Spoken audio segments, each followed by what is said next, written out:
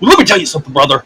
I'm Robbie O'Leaf, and today we're gonna snap into a discussion of wrestling. Ooh, yeah! And that's the bottom line. If you smell la la la la la, what the Robbio is cooking. Woo! Welcome to Wednesday Ramblings, everyone. Today I am going to talk about wrestling. I have been an on and off big wrestling fan almost my entire life. While I probably started watching it before the 90s, I always consider the start of my fandom to be the 1990 Royal Rumble. And as a kid, I did not fully understand everything about how wrestling worked.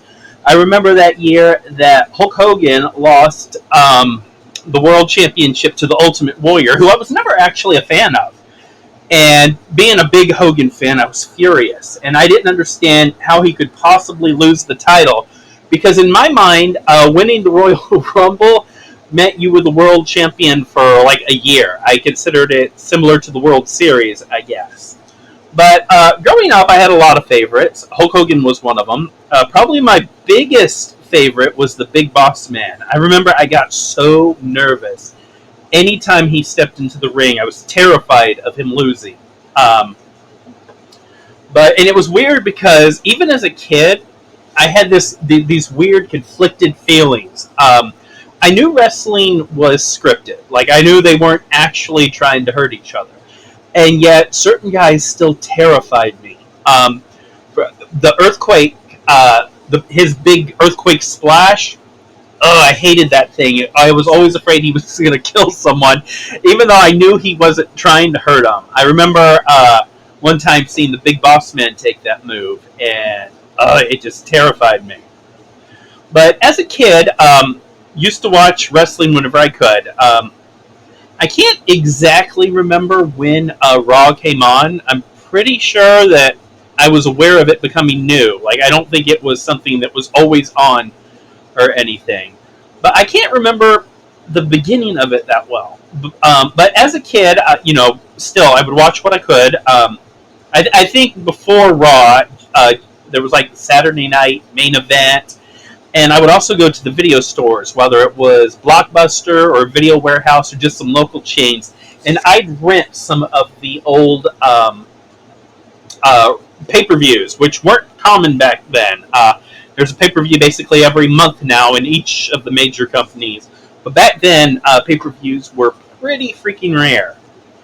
So I was already a wrestling fan when it became big in the late 90s, and everyone fell in love with either the WCW's NWO storyline or WWF, I'm going to call it because that's what it was at the time, them as they entered the Attitude Era with Shawn Michaels kind of fading away from his injury, and at least temporarily. Of course, he came back. But Stone Cold Steve Austin, the Hart Foundation, I never cared for them as a tag team. Of course, as a kid, I didn't care about the quality of a wrestler's in-ring skill. I cared about the personalities, and I didn't care for Bret Hart or Jim Neidhart back then. But I did love the evil version of the Hart Foundation. The anti-American stuff. I love that. I was watching when Owen Hart passed away in, I believe it was May 23rd, 1999, and that was probably the roughest thing I ever experienced as a wrestling fan. I was so depressed that night. Going for a ride has always calmed me down, and I remember having either my mom or dad take me for a ride just to try to get over this. A lot of the deaths that have happened since then, of course, have hit me hard, especially the Chris Benoit murder of his family. But I wasn't as connected to them as I was to Owen. And, of course, it happening live on pay-per-view definitely affected me in a way that just hearing about someone's murder couldn't. So, throughout the years, I would lose interest in wrestling, and then I'd regain it. I don't think I ever started losing interest in wrestling until after WWF purchased WCW. pretty sure that I was a consistent watcher throughout the 90s. And then just over the years, I'd lose interest in various storylines. Guys I didn't like constantly being on screen. The people I wanted to see get pushed, never getting pushed. It was frustrating for me. And while I still would consider myself a wrestling fan, I would also consider watching Raw and SmackDown to be such a negative experience that the negativity far outweighed the positivity for me. Of course, I would eventually come back, but I have not watched any WWE in, I'm guessing, 4 years now. No, I don't know, 3 years or so. I'm not 100% sure. I know that one of the big reasons that I stopped watching was when they had Goldberg decide to beat Kevin Owens for the Universal title the same night that Braun Strowman lost his first real match. I think he technically lost a match to Sami Zayn because he didn't beat Sami in, I think, 10 minutes.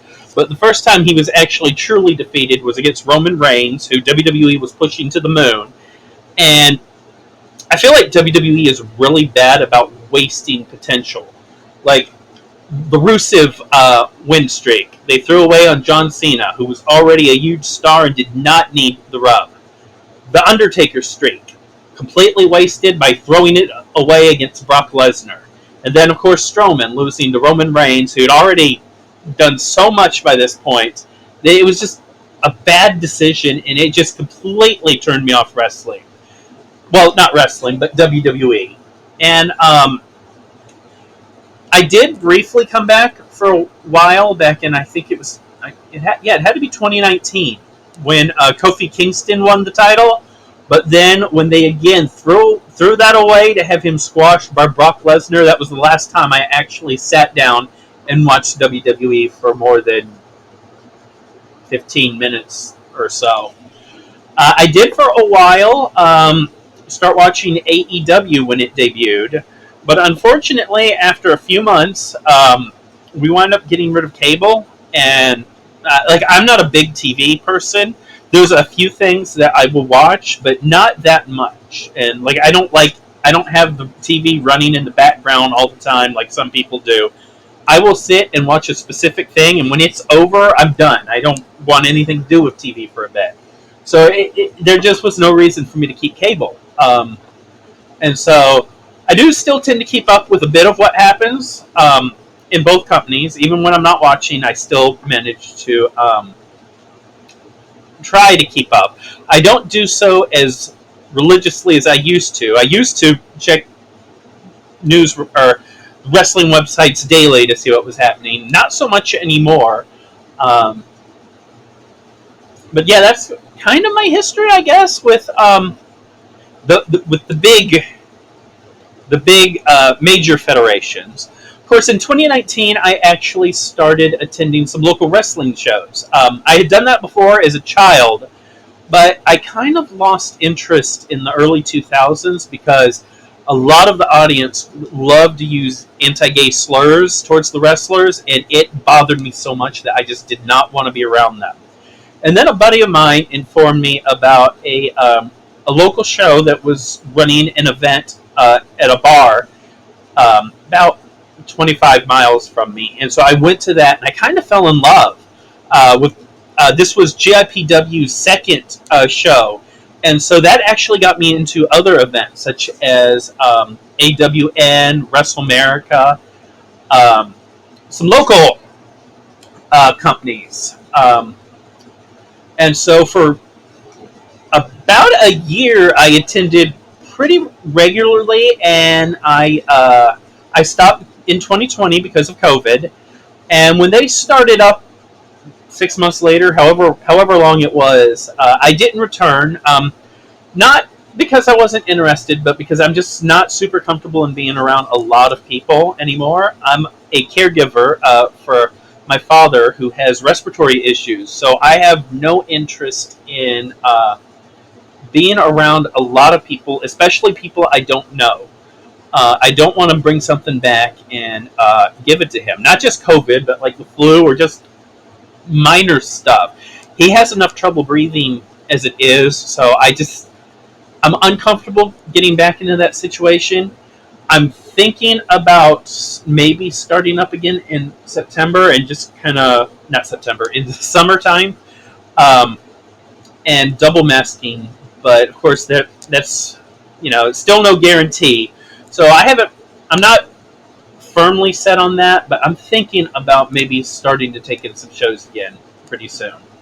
Um, so I wanted to show off some of my wrestling memorabilia that I was able to track down around the house. I'm a very disorganized person, so I don't know where a lot of my stuff is. And there's some stuff in my shed that I'm not going to track down, like old toy wrestling rings I used to play with as a kid. I used to actually would sit on my living room floor with my wrestling ring, and I'd script wrestling cards with all my various figures, and I'd like hum wrestlers' theme music as they went to the ring, stuff like that. And then I'd have matches, and I actually would keep index cards of where different wrestlers were on the card. So like different wrestlers that were like in column A would be almost guaranteed to beat people in column B and C. And every now and then I'd randomly pick a wrestler to push, and they'd either move up the column or I'd push them down the ladder and they'd become more jobbers. But yeah, I should still have a bunch of those old figures, but they're nowhere near me. But I do want to show some stuff that I do have near me. This one is not old. This is actually a relatively new game by Ravensburger Games, who has done some good games. They have a Wonder Woman game that's pretty good. What's it called? Villainous, stuff like that. So the Royal Rumble card game has current stars as well as some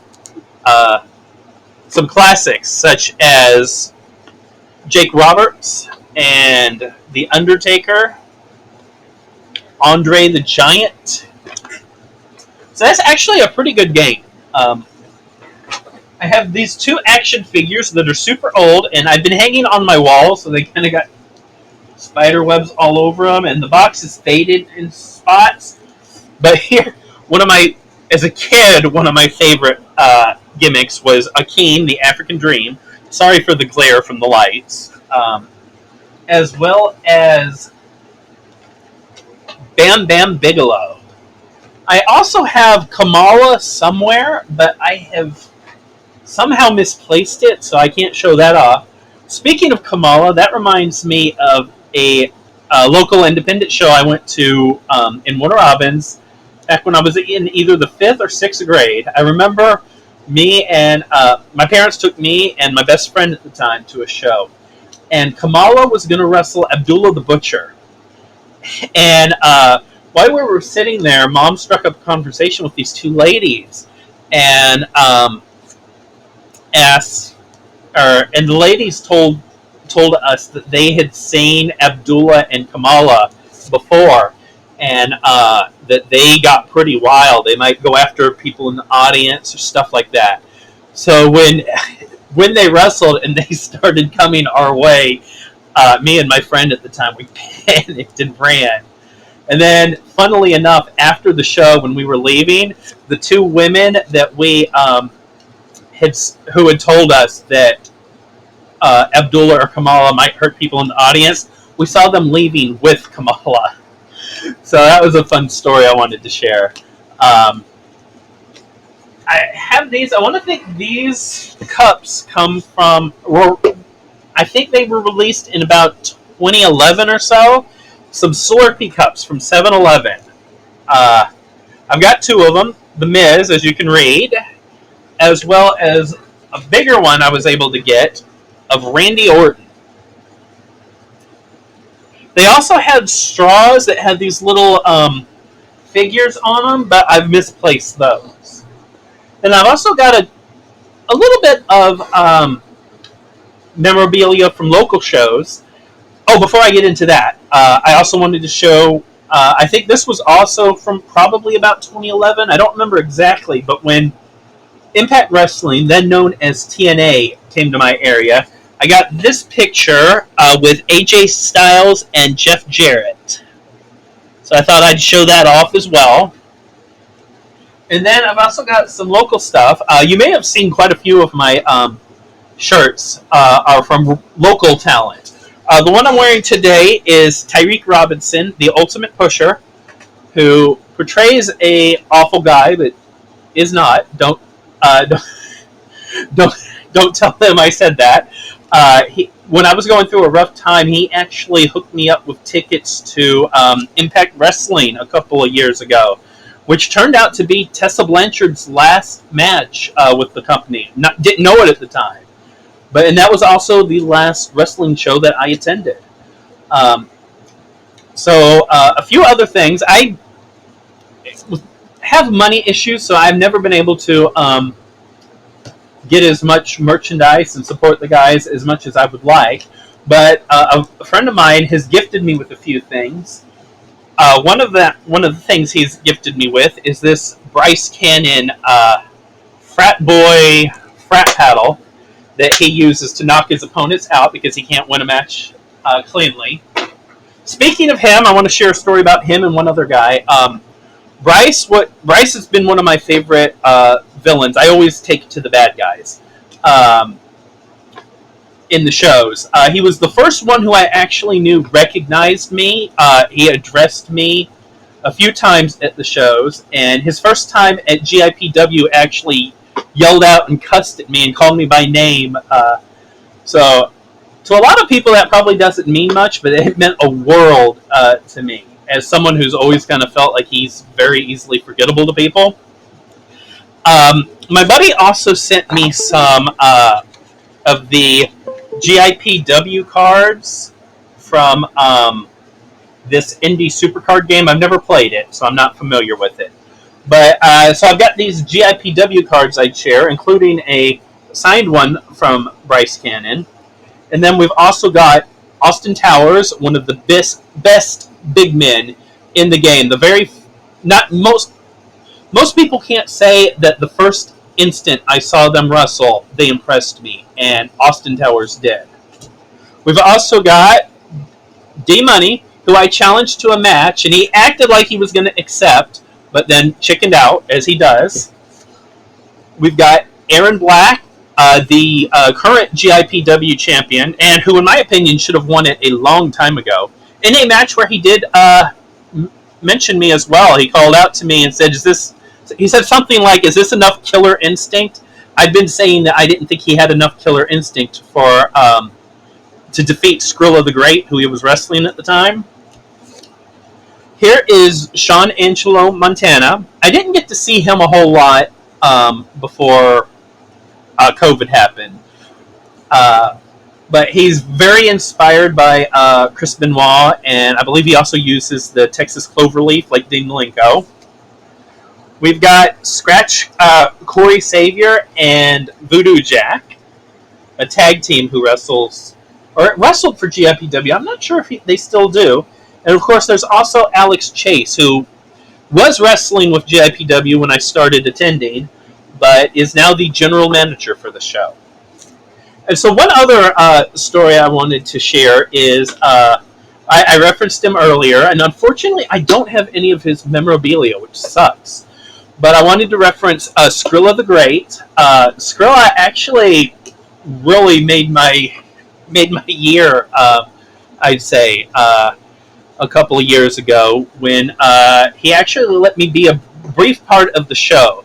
We had a whole thing online where we'd argue. Like when he turned heel after winning the GIPW championship, I was like super vocal calling him out.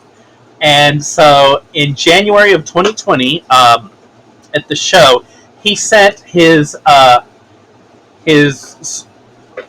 don't know, servant, bodyguard, whatever you want to call him at the time, renegade enforcer, into the audience to grab me, throw me into the ring, and Skrilla was about to hit me with a chair when I was saved by another wrestler.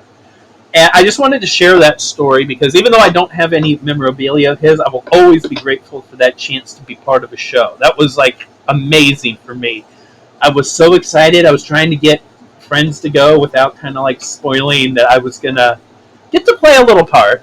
And most of the people in the audience aren't gonna remember that, especially those who don't know me. But it was just so fun to do, and so I'll always I'll always be a fan of his for that.